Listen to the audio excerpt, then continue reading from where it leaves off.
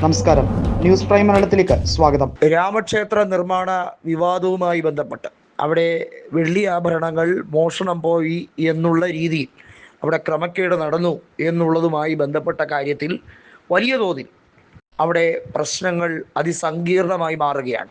BJP നേതൃത്വം ഇത് പൂർണ്ണമായും മനസ്സിലാക്കാതെ അവർ കൃത്യമായും തട്ടിപ്പുകാരോടൊപ്പം നിൽക്കുകയാണോ എന്ന ചോദ്യം ക്ഷേത്ര ട്രസ്റ്റിലെ അംഗങ്ങൾ പലരും ചോദിക്കുന്ന സാഹചര്യത്തിലേക്ക് പോവുകയാണ്. അതായത് വർഗീയ ധ്രുവീകരണത്തിലൂടെ വീണ്ടും മൂന്നാം തവണയും അധികാരത്തിൽ ഉറപ്പിച്ചു നിർത്താൻ കഴിയുന്ന വിഷയങ്ങളിലൊന്നായി ഇപ്പോഴും അവർ പറയുന്നത് അയോധ്യ വിഷയം തന്നെയാണ്. എന്നാൽ ഇനി തിരിച്ചടികളുടെ കാലമാണ് BJPക്ക് എന്ന് സമാജ്വാദി പാർട്ടിയും കോൺഗ്രസും ആസാദ് പാർട്ടിയും ഒരുപോലെ പറഞ്ഞു തുടങ്ങിയിരിക്കുന്നു. മൂന്ന് പേരും സഖ്യത്തിൻ്റെ ഭാഗമായി ഒരു ഉടമ്പടിയിലേക്ക് നീങ്ങുകയാണ്. അതായത് സമാജ്വാദി പാർട്ടി, കോൺഗ്രസ്, അതുപോലെ ചന്ദ്രശേഖർ തുടങ്ങിയവർ അവിടെ പാർട്ടിയിലെ സീറ്റ് വിഭജനത്തിലേക്ക് പോകുമ്പോൾ 20 മുതൽ 30 സീറ്റ് വരെ ചന്ദ്രശേഖർ ആസാദിന് കിട്ടും എന്നുള്ളതാണ്. നിലവിൽ അദ്ദേഹം ലോക്സഭയിൽ നഗീന മണ്ഡലത്തിൽ നിന്നുള്ള ലോക്സഭാ സാമാജികനാണ്.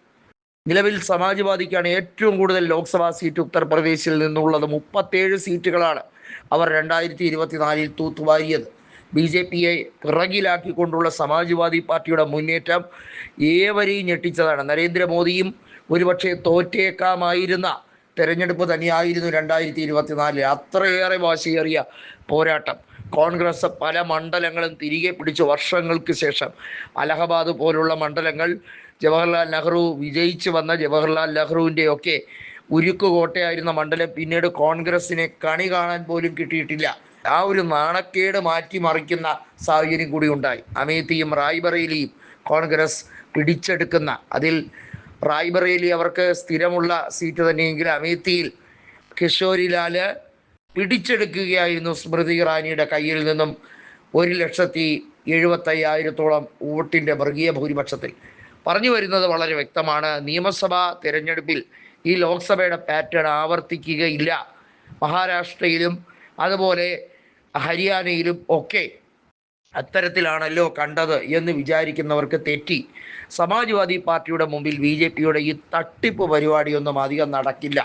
മറ്റ് സംസ്ഥാനങ്ങളിൽ പ്രതിപക്ഷം പ്രവർത്തിക്കുന്ന പോലെയല്ല സമാജ്വാദി പാർട്ടി. കേഡർ സംവിധാനം ഒരു ഉരുക്കു സംവിധാനം പോലെ ഉത്തർപ്രദേശിലെ സമസ്ത മേഖലകളിലും ബ്രാഞ്ച് മുതൽ എങ്ങനെയാണോ ചിട്ടയായി പ്രവർത്തിക്കേണ്ടത് ആ രീതിയിൽ തന്നെയാണ്. ബൂത്ത് ലെവലിൽ വരെ പ്രവർത്തകർ സജ്ജമായി തന്നെയാണ് സമാജ്വാദി പാർട്ടിക്കുള്ളത്. ഇക്കുറി BJPക്ക് വിയർപ്പ് ഒഴുക്കേണ്ടി വരും. കാരണം ലോക്സഭാ തെരഞ്ഞെടുപ്പിലെ പിന്നോട്ടടി, അതിൻ്റെ തുടരാവർത്തനം തന്നെ നിയമസഭാ തെരഞ്ഞെടുപ്പിൽ ഉണ്ടായേക്കാനുള്ള എല്ലാ സാധ്യതകളും അവിടെ കാണുന്നുണ്ട്. വരുൺ ഗാന്ധിയെയും മേനക ഗാന്ധിയെയും സമാജ്വാദി പാർട്ടിയിലേക്ക് സ്വീകരിക്കാൻ വേണ്ടിയുള്ള നീക്കങ്ങൾ നടത്തുന്നു. BJPയിലെ വിമതർക്കും സമാജ്വാദി പാർട്ടി കൃത്യമായ സ്ഥാനമാനങ്ങൾ കൊടുക്കുകയാണെങ്കിൽ യോഗിക്ക് ഇനി ഒരുപക്ഷെ തിരിച്ച് ഗോരഖ്പൂരിലെ ക്ഷേത്രത്തിലെ പൂജാരിയായി, പരികർമ്മിയായി മുഴുവൻ സമയവും പ്രവർത്തിക്കേണ്ടി വരുന്ന സാഹചര്യമായിരിക്കും.